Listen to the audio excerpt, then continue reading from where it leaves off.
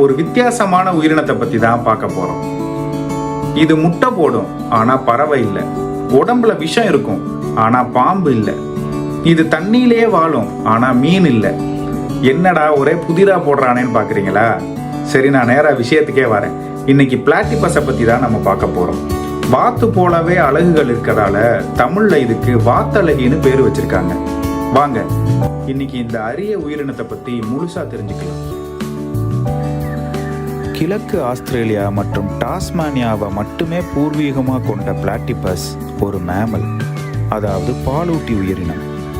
இது ஒரு வழக்கமான பாலூட்டி இல்லைங்க, மோனோட்ரீம்னு அழைக்கப்படுற முட்டையிடும் பாலூட்டி வகையை சேர்ந்தது.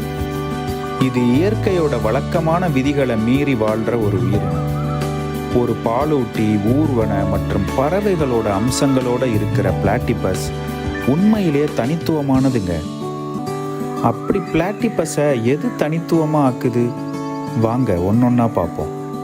முதல் பார்வையில் இது ஏதோ நிறைய ரோமங்கள் இருக்கிற ஒரு வகையான வாத்துன்னு நினைப்பீங்க. இதுக்கு காரணம் வாத்து மாதிரியே இதுக்கு இருக்கிற அலகுகள் தான். இந்த அலகு வெறும் அழகான தோற்றத்துக்கு மட்டும் இல்லைங்க, இது எலக்ட்ரோசெப்டர்ஸ்னு சொல்லக்கூடிய மின் ஏற்பிகளால் நிரம்பின ஒரு கருவினே சொல்லலாம். தன்னோட இரையுடைய சின்ன சின்ன அசைவுகளை கூட துல்லியமாக ஒரு வகையான எலக்ட்ரிக்கல் சிக்னல்ஸ் மூலமாக கண்டறியுது. தெளிவில்லாத சேற்று நீரில் கூட துல்லியமாக வேட்டையாட இது உதவுது.